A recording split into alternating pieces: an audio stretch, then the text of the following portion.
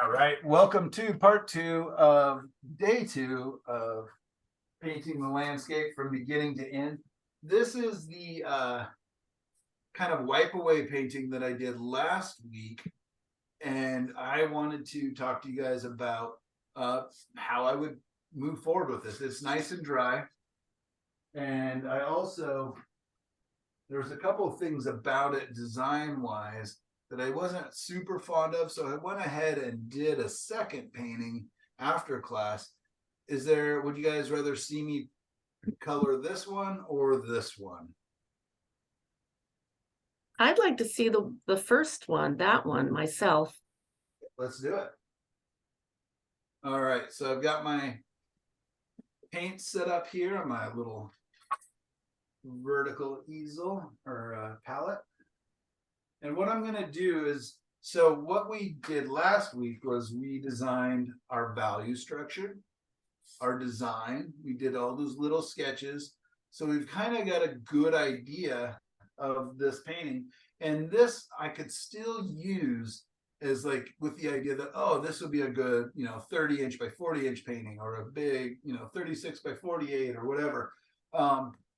And I can now just experiment with different colors. I've grabbed that reference that from the first part of class where I said that, there's a lot of things I didn't like, but I did like the colors. So what I'm going to do is I'm going to mix a couple mother colors. And what I mean by mother colors are simply just big piles of color that it's almost as if I took the photo or the in painting to the art store and just said, I need this sky color and watercolor. Here's the tube of that. I need a tree color. Here's the tube of that. I need a grass color. Here's the tube of that. And what I'll do is I'll pre-mix that. So I'm going to mix some sky color, which I want to be quite warm, but quite light. Can you just tell me the color? Can you just say the colors that you have up there really quickly? Of course. So it's like kind of orange or something. Yeah. Titanium white. Okay. Hansa yellow light. Hanson? Hansa, Hansa. Oh, yeah. Hansa yellow light, Hansa yellow medium. Cadmium red light. This is a quinacridone red. Ultramarine blue. Manganese blue hue. And then over here, these would be my guest colors. So this is like my very, very traditional palette that I've set up here. Lately, I've been experimenting with a lot of other colors, but this is my true and tried palette here. The yellows I will play with, like I'll use sometimes a cadmium yellow light, and I'll use an Indian yellow. But anyways, this is the most basic go-to palette I always use. It's called a split primary palette, 2 yellows, 2 reds, 2 blues. And then I oftentimes over here will include my guest colors.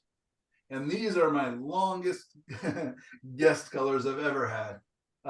This is transparent earth red. And this is the Indian yellow.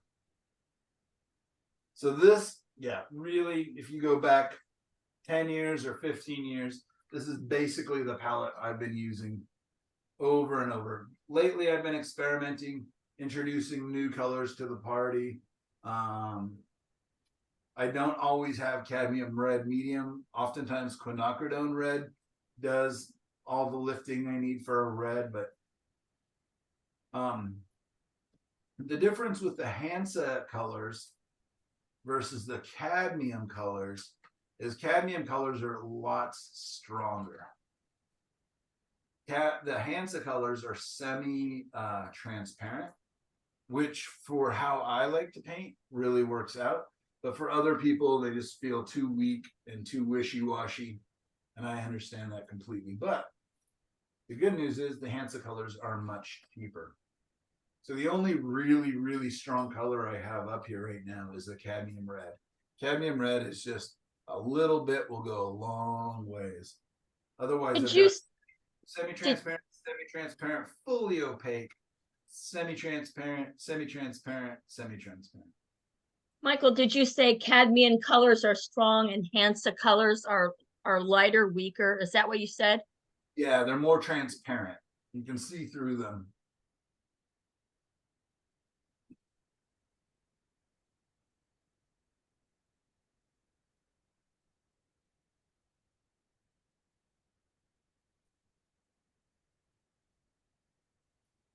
So what I'm doing is just kind of thinking of what are the biggest color areas that I might want to cover. So I made kind of a creamy yellow that I'm thinking will work in the sky and in the water. Made more of a kind of a peachy color that I think will be nice along the edges of some of here, maybe into the sky along the edges. So that's kind of my sky colors. I could, you know, make kind of a cooled down version of that as well. But by having a mother color or a big pile of colors, then I can grab into those colors and the other colors will automatically begin to harmonize. So I don't have these huge jumps. So even though I just made a yellow, kind of an orangey peach, and a purple, they still really relate to each other because they all three have pretty much all the colors. My yellowy color doesn't have any blue, but this gray, blue, purple definitely has some of the red and some of the yellow that's there. So that's one of my ways of getting kind of a feeling of harmony. Let's look into our trees, our big dark shapes. So one of the greatest ways, because you notice I don't have any black on here today, I'm going to show you two quick ways to make a very dark color. So I can take my French or my ultramarine blue, and I can grab a bit of my transparent earth red. If I had a burnt umber, that would also work. And I just mix those together. And it's one of my favorite darks because more red makes a warm dark. More ultramarine makes a cooler dark. I just love it. Another way, if I don't have like a burnt umber, is I'll take my ultramarine, about 2/3 ultramarine, a little less than a third cadmium red medium, and a tiny bit, just a tiny bit of the lemon yellow or Hansa yellow light.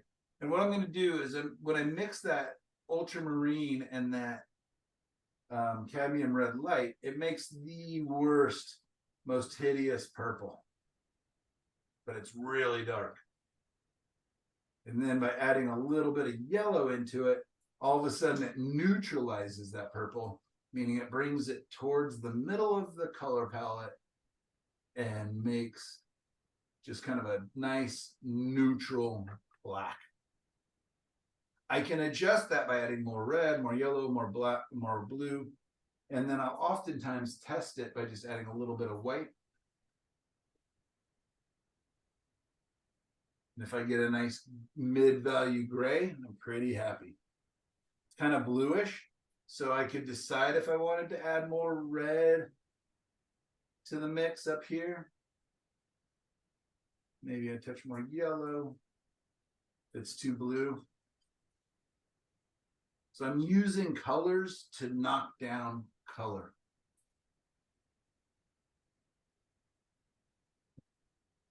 There you go. So now it's more of a true gray, less blue. So that will be kind of my shadow area colors here. Let's let it get to a little bit on the warmer green side. So took a little yellow, a little red. And I'm going to mix some of those darks. I'm going to get the most ugly yet beautiful green. Nice. I can now take that, add some blue to it because I want to create a little bit of an atmospheric perspective. Take some of that, some of that. So they're still all relating to each other.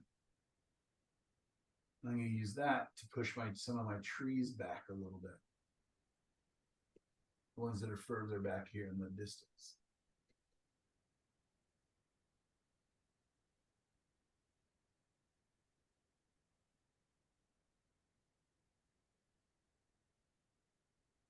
So it feels like wasting time a little bit. I know a lot of students are just, pre-mixing colors. Let's just get to it.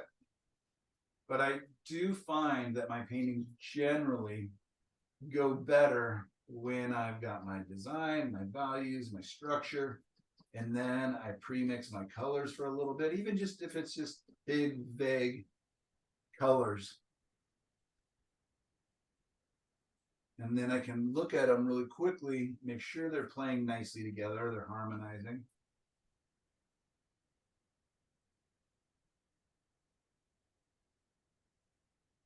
Before I even get started, so I don't have any big glowy, out of place colors.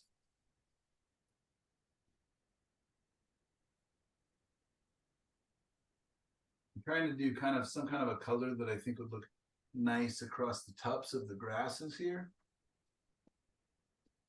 It's kind of interesting, warm red. Might work a little bit. Let's take part of that,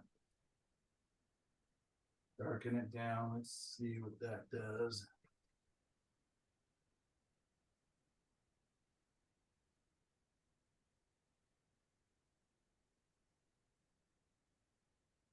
Also take some of that and lighten it up. You see how I'm constantly pulling from these other big mother piles. Again, it's just so all the colors work together. Michael, I use acrylic, so if I add something to the acrylic to make them stay soft so I can save them and go back to it. And I do have one of those boxes that the colors, seal up so they won't dry out. But if I'm working like that, would I add something to the acrylics to make them stay wetter longer? Or again, does that medium weaken the colors? I've never added anything to make them stay wet longer with the Stay Wet palette, with the sponge in there.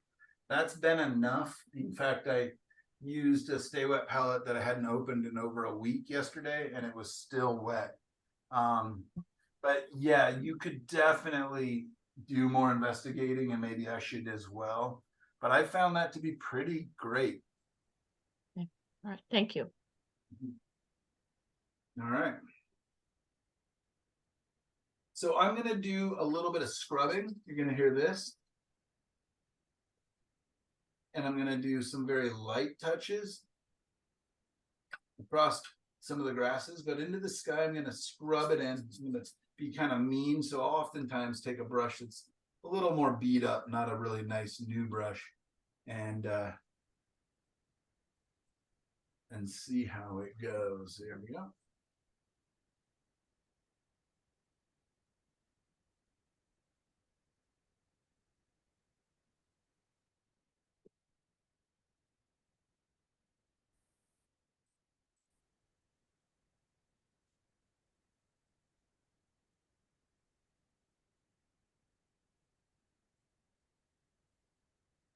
So a lot of times when I'm coming in and just kind of covering, I will just kind of scrub in a little bit, knowing again that I'm painting from thin to thick. So when I'm scrubbing, I'm keeping the paint pretty thin.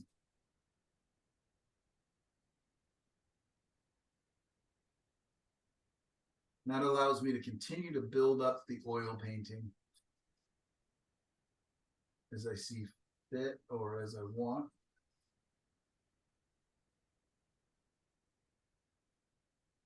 Normally, I don't really start with the lightest paint, but sometimes I do start with the sky just so that I can use this as a color reference, because this is what's illuminating the rest of the scene. So whatever colors are in this sky are in fact infecting, whatever you want to say, the rest of the colors. Is that kind of a filbert brush? Yeah, I mean, it was a flat, but it has become a filbert because I've been mean to it for years. gets beat up. So yeah, I like to buy flats because they inevitably become filberts, and then when filberts become really in rough shape, they become shorts, meaning I just cut them down.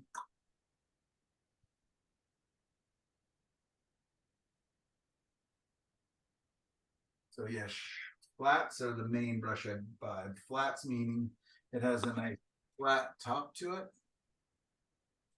kind of squared off, and a nice. I prefer long bristles, but you know, in the beginning, a lot of people like shorter bristles. They feel like there's more control, but I like the long bristles because it allows for a lot of calligraphy and movement within the brushstroke.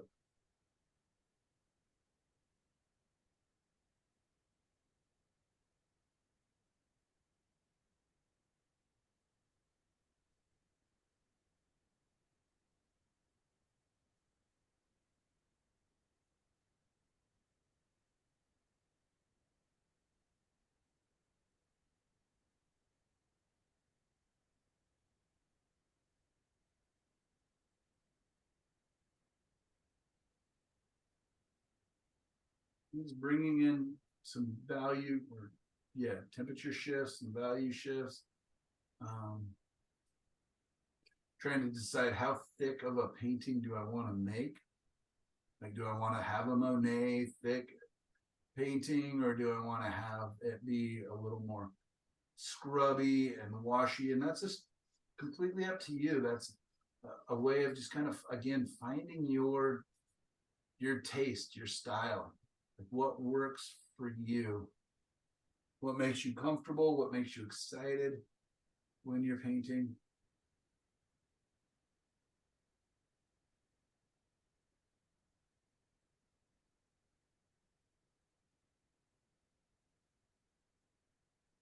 Clean the brush off here. So I'm just taking the paint, pulling it off. Let's get a little more.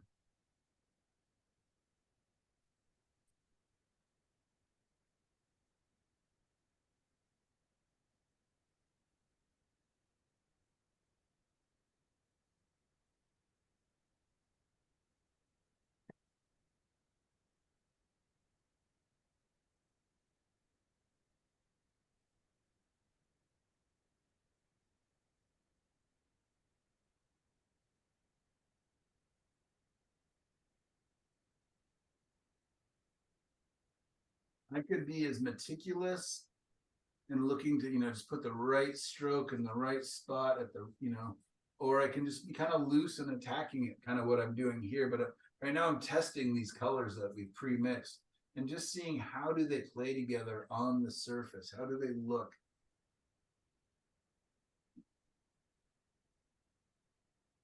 All right, so I've got most of the sky kind of covered here, most of the water kind of covered here. It's not really detailed or anything, but I've kind of got it blocked in so that I can get definitely a feel for what's going on.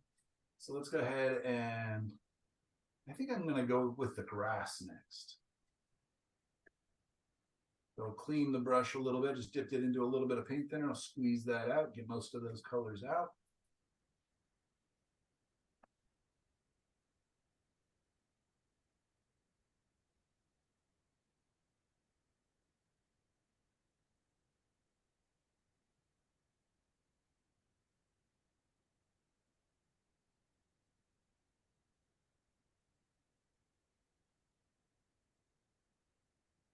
Like oftentimes going from the darks to the lights just kind of helps me find the structure.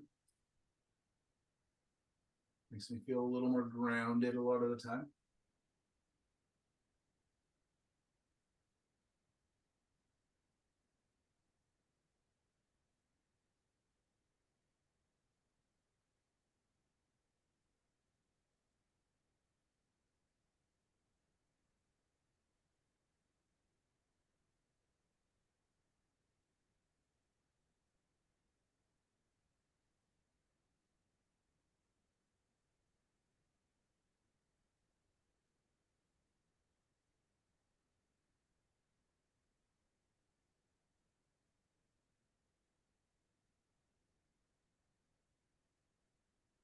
Here's the color that I'm kind of excited about, is getting this kind of burnt orangey color in there. I want to see what that looks like on top of these grasses.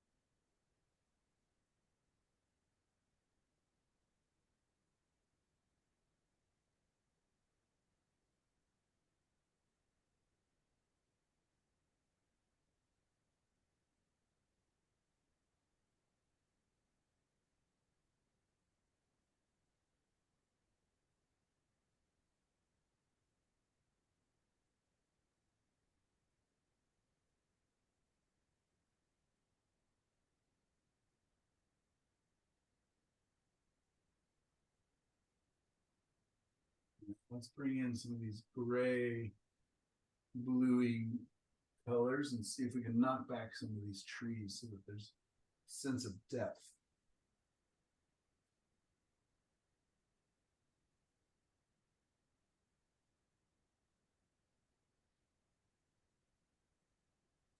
I know it's all your years of practice, but you paint so fearlessly. Yeah, it's watching. Oh, that's really blue. Yeah, it's watching a lot of paintings, suffer the consequences. But I feel like it's the only way for me to learn, just to kind of go for it. Because I mean, what's the worst that happens? I just wipe that back off. It's nice and dry underneath there. Let's try a different color. Thank you, though. I appreciate that.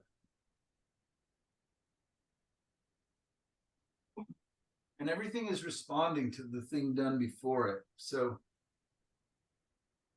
every time I feel like maybe I've messed up a little bit, it's just like, well, let's just see what happens if I do more of it, and all of a sudden it becomes the thing, the new tastemaker, the new color.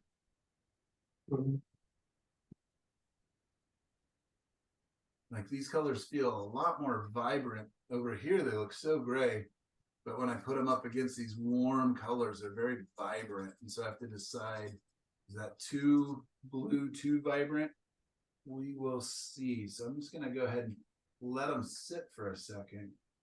So again, I can kind of remove them. I can kind of subtract them. And let's get darker blues and see, once we get a lot of these warms kind of covered,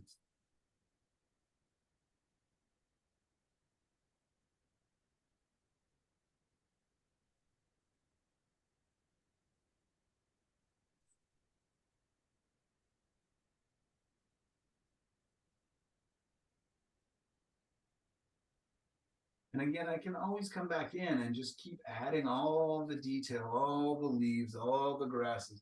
I'm just testing. I'm just seeing, how do these colors work out?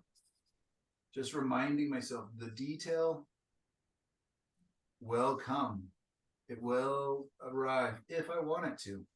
Sometimes these big, kind of fresh, energetic paintings, because I've already, again, established the design, I've established the values, and then I pre-mix my colors. Sometimes there's this freshness and energy that I just, I can't beat, but other times it just means I just need to slow down, spend more time, get a smaller brush. But I don't always know what that will be, like when a painting is going to work, when it's going to look better fresh, when it's going to look better with more design and more structure and more detail. So I just paint, and I just ask the painting, What do you feel like you need? What would make you happy?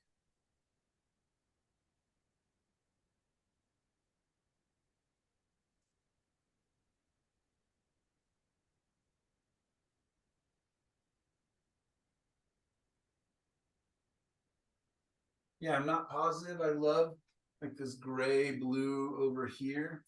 It feels almost like too big of a jump from the warms to the cools. So I can just I'm just gonna pull off some of that.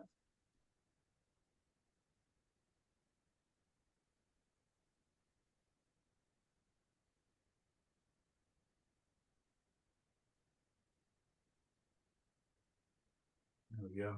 It's already starting to feel better. So my paintings aren't always subtractive. They're not always additive. I go back and forth.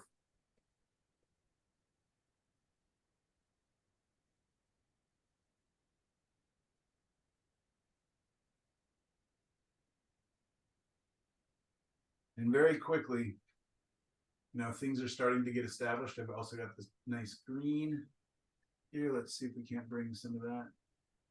Let's get a little lighter.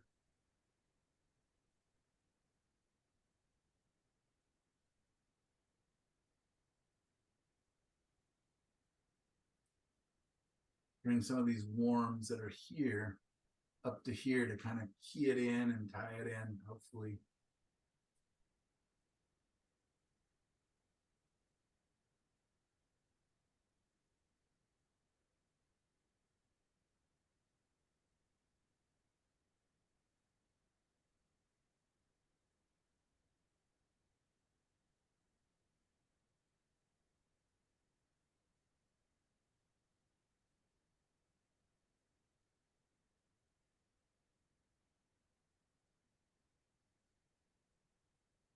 So again, it's just constantly just kind of asking the painting, what would help? What would hurt? What would you like? What if I did this? What if I did that? So right now I'm just bringing some of these oranges that are down in here. I slightly added a little bit of green to them. But I thought so it doesn't feel so separate that if I brought some of those warms up and in, you might get a little more of a harmony. And a lot of my paintings are about harmony and about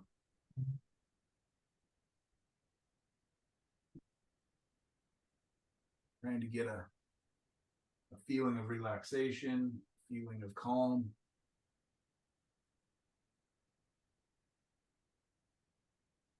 And that's going to be completely up to you when you're looking at your painting or looking at even at the painting that you want to do, the image, is asking before you even get started, is this a fiesta, a party, or is this a siesta like mine? Is it quiet and calm? Right? There's no right or wrong. There's room for all of the paintings. And sometimes I'll jump back and forth between a very energetic painting and then all of a sudden a very calm, quiet, meditative image. But it's important that you know, so you can pick your colors accordingly, you can pick your angles accordingly, you can pick your brush strokes accordingly. All right, gang, we're a half hour long already. I'm just going to go ahead and kind of leave it there. See what happens if I turn the light off. But there you go. You can kind of see. Beautiful. Yeah, it is beautiful. Love it. Tons of fun. So Looking forward to next week. Yay. All right. Well, I'm looking forward to, this is a big week for us. You guys are all starting your paintings, I hope. And I can't Yeah. wait to see. So what we've talked about is simplicity. We've talked about rules versus tools. We've talked about structure and spontaneity, practice and play and performance. And next week, I would like to talk about combining multiple reference photos. Probably, or maybe I'll even push that to the 4th week so that we can use that as something for our next painting. And then I also want to talk about design stems or using armatures to help us design our paintings. So we've got a lot of exciting things coming our way. but first and foremost, let's paint. Let's have fun, you guys. I'm excited to see what you guys come up with. Thank Thank- you Thank Thank you, you. so Michael. much. Thank you. Thank you, Thank you. Michael. Bye. Thank you. Thanks for sticking a half hour long. Appreciate it. We'll pray for your cat. Thank you. Thank you, Michael. Thank you.